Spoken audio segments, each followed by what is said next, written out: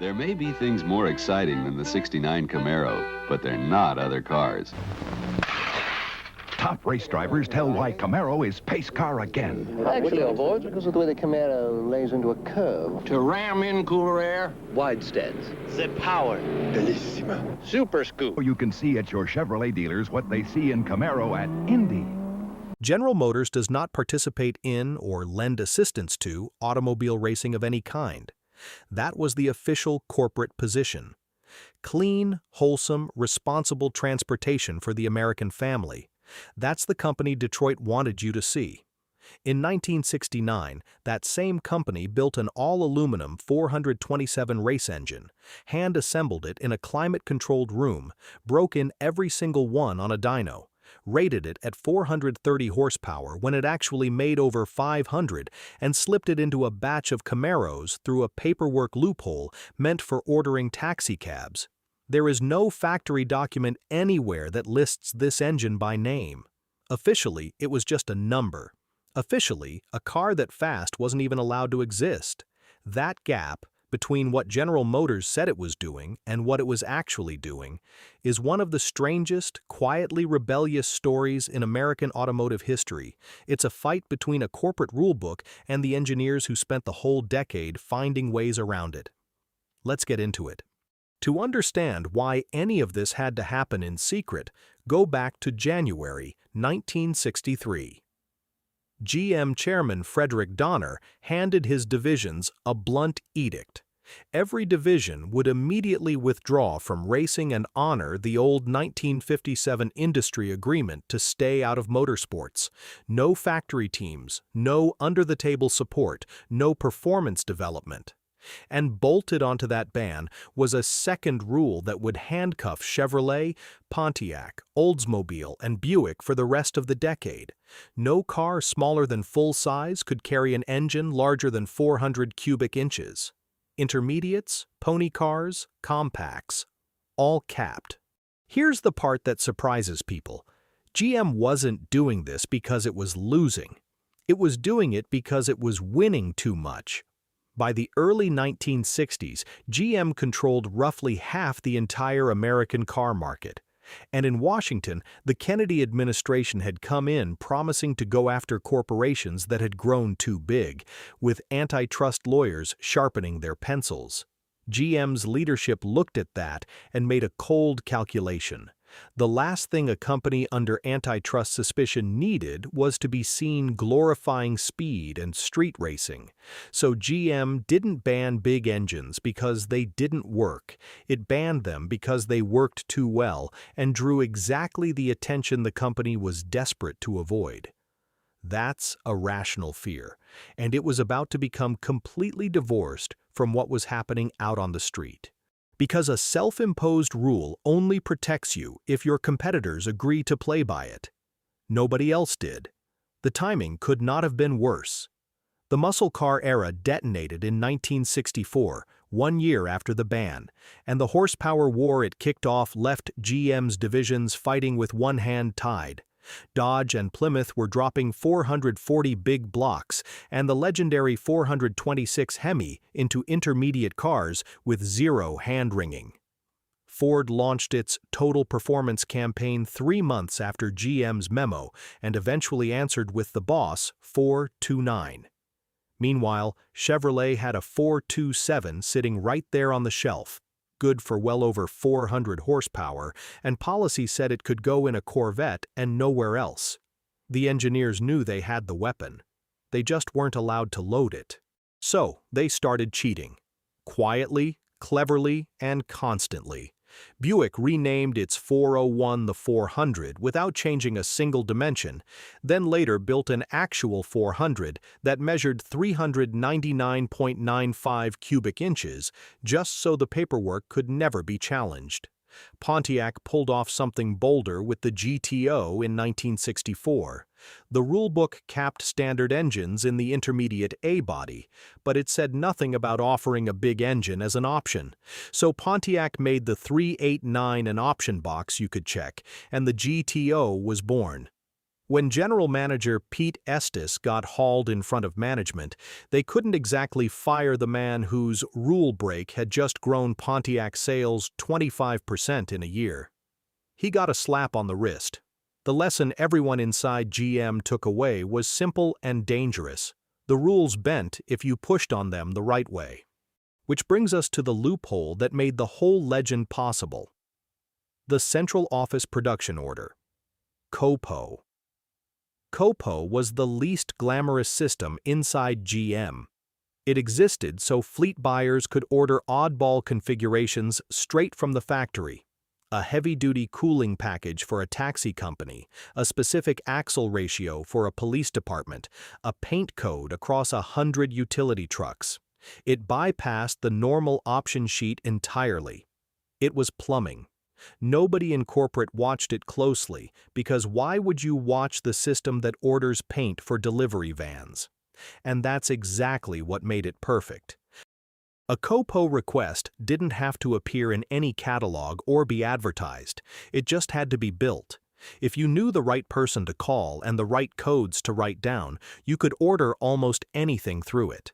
Most dealers didn't even know it existed, but a small handful of performance-obsessed Chevy dealers did, and they had a friend on the inside. That friend was Vince Piggins, who ran product promotion for Chevrolet, and he's the quiet hero of this story. He never went to engineering school, but he understood engines better than most of the credentialed men around him, and he understood how to move a fast car through a company that had banned fast cars. Piggins had spent years using COPO as a back channel with dealers like Don Yenko in Pennsylvania and Fred Gibb in Illinois. But it was Gibb, a Chevy dealer and drag racer out of the tiny town of La Harpe, Illinois, who was about to push the loophole to its breaking point. Gibb didn't want the ordinary iron 427. He wanted the engine almost nobody outside racing had ever heard of. He wanted the ZL1. Here's the part a lot of people don't realize. The ZL1 wasn't built for the street at all. It was born on the racetrack. In the mid-1960s, the Can-Am series was the wildest, most unrestricted racing on the planet, with almost no limits on engine size. The catch was weight, and an iron big block was too heavy to compete. So when rumors surfaced that Ford was cooking up an aluminum 427 for Can-Am, Piggins and his group countered with an all-aluminum 427 Chevrolet. Aluminum block, aluminum heads, iron cylinder sleeves, forged internals, a brutal solid lifter cam, and a 12-to-1 compression ratio. It was closely related to the famous L88 427, but the L88 still used an iron block. The ZL1 went all aluminum, making it the first production Chevy engine with both an aluminum block and aluminum heads. Out in Can-Am, it was devastating. Aluminum versions of this engine powered the McLaren M8B through 1969 to a clean sweep, winning all 11 races of the season in what fans called the Bruce and Denny Show. Jim Hall's outlandish Chaparral 2J ran a version making north of 650 horsepower. This was a world-beating race engine, and it weighed almost nothing. The complete aluminum 427 came in around 500 pounds, more than 100 pounds lighter than the iron big block, roughly the weight of a small block. Think about what that means in a Camaro. You could put 500-plus horsepower over the front wheels without the nose-heavy handling that plagued every other big block muscle car. On paper, it was the ultimate drag package. The horsepower was only half the equation. Managing the weight was the other half. So in the late summer of 1968, Fred Gibb called Vince Piggins and asked the audacious question: could he order Camaros with the ZL1? Piggins said yes, on one condition. To make the car legal for NHRA drag racing, the rules required at least 50 identical examples built and offered for sale. Order 50, and it's yours. Gibb said yes. Piggins assigned it a code, COPO 9560, and the most extreme factory Camaro ever built was set in motion. And here's the detail that makes this feel like a ghost story. Nowhere on any factory paperwork does the name ZL1 appear. The option was 9560AA for the 4-speed, 9560BA for the automatic. Just numbers. The most powerful engine Chevrolet ever offered the public in that era officially had no name. Then there was the rating. Chevrolet listed the ZL1 at 430 horsepower, and everyone in the know understood it was a fiction. Real output was well over 500, with tuned examples pushing 550 and beyond. Underrating engines was common back then to duck insurance surcharges, but the ZL1 took it to another level. Here was a company that officially didn't race, selling a car that officially couldn't have an engine that big, powered by a motor that officially made 200 fewer horsepower than it did, ordered through a system meant for taxicabs under a code name that wasn't even a name. Every layer was a denial. That's why the title of this story is almost literally true. On paper, this engine barely existed. Each one was hand-assembled in a climate-controlled room at Chevrolet's Tonawanda plant and dyno broken in before it ever met a car. This wasn't mass production, it was a race shop hidden inside the world's largest corporation. But here's where the story turns cruel. When the first ZL1 Camaros reached Gibb's dealership, the invoice was a disaster. Gibb had expected the exotic engine to add maybe $400 to the price. Instead, the ZL1 option alone cost over $4,100, roughly the price of a whole second car. All in, a ZL1 Camaro stickered around $7,200, nearly double a big block SS 396 and creeping into Corvette money. The cars didn't sell. They were too expensive, and they were genuinely unpleasant on the street, a race engine that ran rough at idle and only woke up at high RPM. Of the 50 Gibb committed to, he sold only about 13 from his own showroom. The rest went back to Chevrolet for redistribution. By the time it was over, only 69 ZL1 Camaros were ever built. Then Pete Estes moved up to corporate. John DeLorean took over Chevrolet. Budgets tightened. And by 1970, the product performance group that made all of this possible was gone. For years, that looked like the end. A flop. 69 overpriced Camaros dealers couldn't give away. And then time did what time does to the rarest things. A ZL1 Camaro in merely good condition is valued today around $622,000. In 2020, a matching numbers example sold for over $1.09 million. In 2026, another crossed the block at $1.43 million. A record. One was owned for a while by baseball legend Reggie Jackson.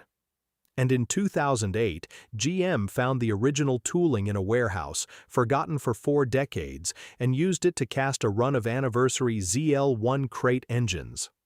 The mythical motor came back from the dead. Here's the thing that ties it all together, and it's bigger than one rare Camaro. The idea at the heart of the ZL1, an all-aluminum V8 that makes big power without the big weight, wasn't a dead end. It was the future. Aluminum blocks are the default in performance engines today, from the LS motors in modern Camaros to the engines in supercars worldwide. GM spent the 1960s officially insisting it didn't build engines like this, while its own people quietly proved this was exactly where the whole industry would go. The rulebook said no.